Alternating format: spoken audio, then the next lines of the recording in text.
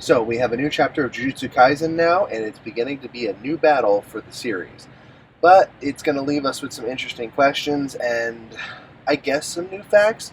But before we begin to that, please be sure to subscribe to the channel if you're not already, and leave a like if you liked this video. Okay, so this week we got a confirmation on a few things, as well as some teasing of some things to come in the series. First off, let's get the obvious out of the way. Gojo is dead. Gojo is gone. It isn't even referenced in this chapter. I'm sorry, it sucked, but if you're still hanging on at this point, I don't know, we're just a glutton for pain. But we are looking at a brand new battle now, and it was an interesting start this week. So let's recap what happened in this chapter and then maybe go into some specifics. So we started off from where we left off last week with Kashimo now entering his battle with Sukuna. Fully honest, this kind of is how I figured the battle with them would go, where we would kind of start it off with a big bang and it wouldn't really let up. And it is. Kashimo pretty much tries to instantly engage with Sukuna. Urahime. Urayume? I'm still not entirely sure on this name. It hasn't appeared in the anime yet, and I'm terrible with name pronunciation.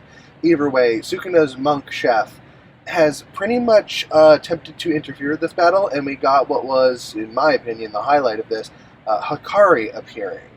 It's kind of nice to get to see some of the characters that, we care about and have spent a large majority of time with in action now. And so it's kind of cool to see Hikari pull them into his domain, even though it didn't actually affect the iceberg, which then gave Sukuna the weapon that didn't work. I'm not entirely sure. The manga does not spell out what this cursed object's ability is. It apparently has something to do with lightning, because, Kashimo was immune to it.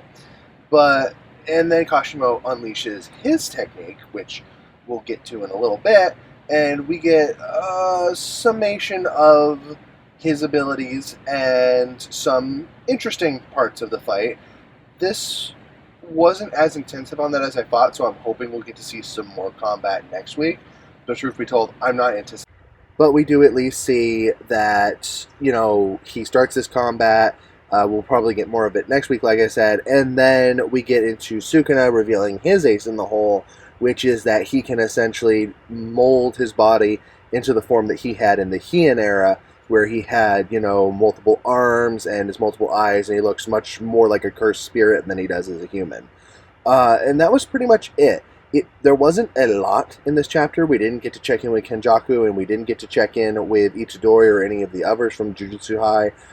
It was a rather light chapter in that way, and I think that, interestingly, I think it was a good chapter. It's just, it was left in a lurch by what happened last week.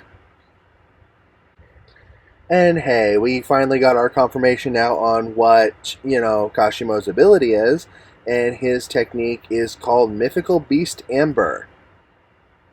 I'm not entirely sure why it's called that, but it is.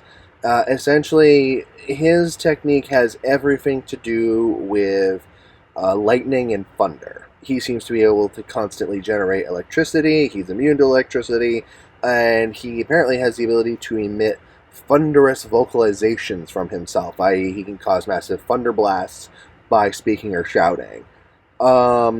This ability might have other features that we might get to see next week, but we do know that it's a one-shot ability, which we'd been told earlier in his fight with Hikari, but we now officially know that this will basically destabilize his whole body. Like, the electricity literally uses his body as its fuel source, and it essentially eats away at him, so he is done after this battle regardless of whatever happens.